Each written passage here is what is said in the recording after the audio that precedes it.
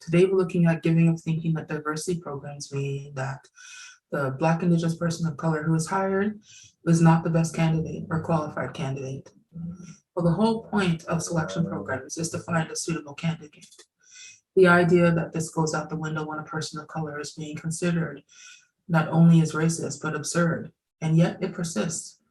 From the beginning of diversity, equity, and inclusion programs into organizations, it has been usual to hear people equate the lack of qualifications with people of color candidates.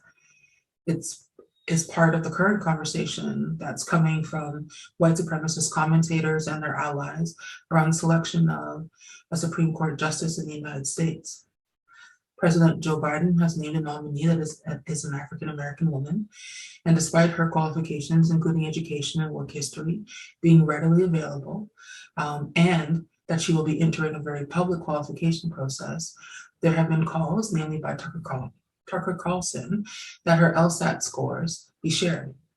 It is nonsensical if it weren't patently racist, since LSAT scores are one of the many qualifiers for admittance into law school.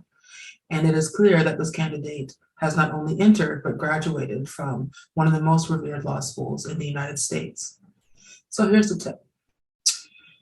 If you find yourself questioning if a person is qualified, ask yourself if that question has come up for you when it comes to a white identified candidate.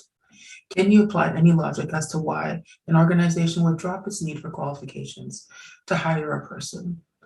Also, check your awareness about the impact of biased media reports, which often have a more severe and critical lens of people of color.